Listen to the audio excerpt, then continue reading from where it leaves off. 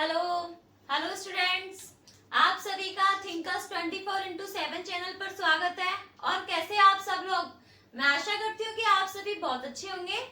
कल हम सब लोगों ने हेपेटाइटिस कंप्लीट कर लिया था, एड्स कंप्लीट कर लिया था और मैंने आपको थोड़ा सा बर्ड फ्लू और स्वाइन फ्लू के बारे में भी बताया था।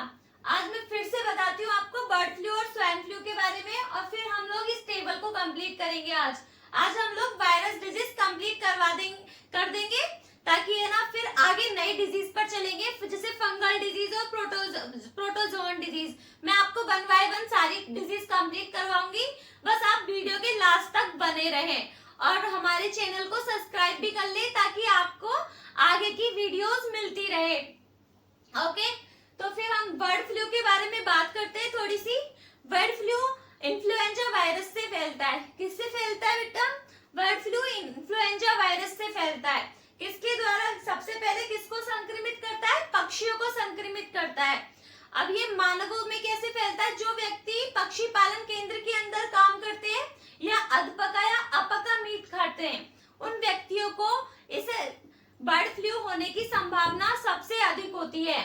किन व्यक्तियों को होती है? जो व्यक्ति पक्षी पालन केंद्र के अंदर काम करते हैं या अपका या अधपका मीट खाते हैं, ठीक है, उन लोगों को बर्ड फ्लू होने की संभावना सबसे ज्यादा होती है। कौन से वायरस से होता है? इन्फ्लुएंजा वायरस से। किसके द्वारा फैलता है? पक्षियों के द्वारा फैलता है, ठीक है। अब हम स्वाइन फ्लू की बात कर लेते हैं। स्वाइन फ्लू किससे फैलता है? सुअरों के द्वारा, है ना। और इसका वायरस क्या है? Influenza virus. इसका भी वायरस क्या है? इन्फ्लुएंजा वायरस है जो कि सुअरों के द्वारा फैलता है। और ये सबसे पहले कब देखा गया था? सन 2009 में। कब देखा गया था? सन 2009 में देखा गया था। और इसका वायरस कौन सा है बेटा? H1N1। इसका सन 2009 में पहला वायरस H1N1 देखा गया था। और इसके लक्षण क्या है? इसके लक्षण है जोड़ों में दर्द, अकड़ाहट, बुखार, उल्टी, दस्त, ठीक है। अब आगे हम लोग ये टॉपिक कंप्लीट कर देते हैं। ये मैं टेबल आप लोगों के साथ डिस्कस करती हूँ ताकि हमारा वायरस डिजीज आज कंप्लीट हो जाए। कल से हम लोग फंगल डिजीज और प्रोटोजोन डिजीज स्टार्ट करेंगे, ठीक है। तो सबसे पहले हम पढ़ेंगे रेबीज के बारे में। रेबीज किससे फैलता है? कौन से वायरस से फैलता है? रैबिडो विषाणु वायरस से, ठीक है। रैबिडो विषाणु से फैलता है और पागल कुत्ते, लोमड़ी या भेड़िया के खाने से फैलता है। तभी तो कहते हैं कि जब कोई कुत्ता खाता है, कोई जानवर ने काट लिया होता है, उस व्यक्ति को इंजेक्शन लगाने बहुत जरूरी होते हैं, नहीं तो वो पागल हो जाता है या उस जानवर की तरह व्यवहार करने लगता है, ठीक है। इसके लक्षण क्या आते हैं? तंत्रिका तंत्र को प्रभावित करता है। क्या करता है बेटा? तंत्रिका तंत्र को प्रभावित करता है। तेज बुखार, सिर दर्द, उल्टी, ठीक है। अब खसरा कौन से वायरस से फैलता है? मोरवेली वायरस से। मोरवेली, आप लोग पहले इसकी स्क्रीनशॉट मार लो, नहीं तो फिर आपको समझ में नहीं आएगा ये।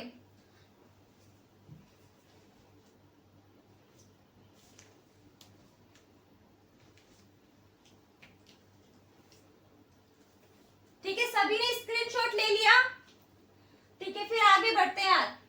तो खसरा कौन से वायरस से फैलता है बेटा? मोरवेली से। इसका संक्रमण क्या है? वायु के द्वारा होता है या नाक के स्राव के द्वारा होता है? किससे होता है? वायु के द्वारा या नाक के स्राव के द्वारा होता है। इसके लक्षण क्या है? आंख व नाक में पानी बहना। आंख व नाक से क्या है कि पानी बहता है। हर्पीज, इसका वायरस कौन सा है बेटा? हर्पीज वायरस है। इसमें लक्षण क्या आते हैं? रोगी की त्वचा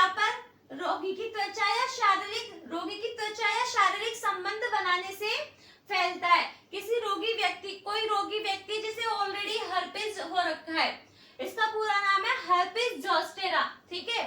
कोई व्यक्ति है जिसे हर्पीज जोस्टेरा पहले से ही हो रखा है, हम लोग उसके कपड़े पहन लेते हैं या फिर उसकी त्वचा से संक्रमित हो जाते हैं, उसकी त्वचा के कांटेक्ट में आते हैं, तो उससे क्या हो जाता है? हमें हर्पीज हो जाता है। या फिर उस रोगी व्यक्ति से शारीरिक संबंध बनाने से क्या हो जाता है? हर्पीज हो जाता है, ठीक है।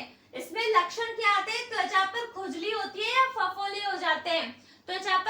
होती है या फफोले हो जाते हैं और लाल दाने से आ जाते हैं। मेनिंजाइटिस, इसका वायरस का नाम क्या है? हेर्पेस। ये सबसे ज्यादा इसका संक्रमण क्या है? सेरेब्रोस्पाइनल द्रव्य। किसको प्रभावित करता है? मस्तिष्क को प्रभावित करता है। इसमें व्यक्ति को बेहोशी सी आती है, बुखार आता है। ठीक है, जिस व्यक्ति को मेनिंजाइटिस हो रखा होता है उस व्यक्ति को बेहोशी आती है और वो उस व्यक्ति के मस्तिष्क को प्रभावित करता है। छोटी माता, इस बीमारी के बारे में तो हर कोई बच्चा जानता होगा। छोटी माता कौन से वायरस से फैलता है?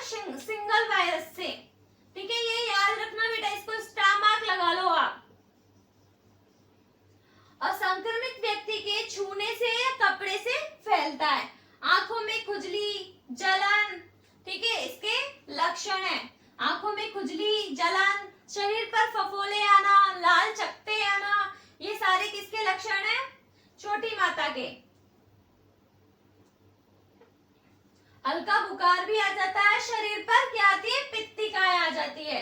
और ट्रेकोमा किससे होता है? क्लेमाइडिया ट्रेकोमेटिया से। किससे होता है? क्लेमाइडिया ट्रेकोमेटिया से। आंखों में पलकों को क्या करती है? इफेक्ट करती है। आंखों में खुजली और जलन आती है। ठीक है, पोलियो किस वायरस से फैलता है? निस्संदी वायरस से। कौन से वायरस से बेटा? निस्संदी वायरस से। मल, संक्रमित भोजन और मच्छर से फैलता है। पोलियो का संक्रमण कौन करता है? मल से होता है या फिर संक्रमित भोजन या मच्छर से होता है। रीढ़ की हड्डी, इसके लक्षण क्या क्या है? रीढ़ की हड्डी या आंत पर संक्रमण करता है। इसमें जिस बच्चे को पोलियो हो रखा होता है, कहते हैं ना कि इसको पोलियो हो गया, तो उसको क्या है कि रीढ़ की हड्डी या आंत को इफेक्ट करता है। डेंगू बुखार, इसका वायरस कौन सा है? डेंगू। और ये कौन से मच्छर के काटने से होता है? एडिस मच्छर। कौन से? एडिस क्यूलेक्स या एडिस इजिप्टाई।